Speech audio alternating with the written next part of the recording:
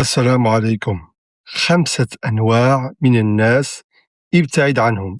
أولا، الشخص النمام يحب نشر الأخبار أو الشائعات عن الآخرين، ويعتمد على القيل والقال لإثارة الفتنة بين الناس. ثانيا، الشخص المستغل يتواصل معك فقط عندما يحتاج إليك، وعندما تنتهي مصلحته يختفي. ثالثا، الشخص المتحكم يحاول فرض آرائه عليك ويمنعك من اتخاذ قراراتك الخاصة. رابعا، الشخص السلبي دائما ما يرى من الجوانب السلبية من الحياة وينشر التشاؤم. خامسا، الشخص المتقمص دور الضحية يلقي اللوم على الظروف أو الناس، ويريد أن تشاركه الإحساس بالعجز بدلا من التطور. شارك هذا المقطع بين أصدقائك وأحبابك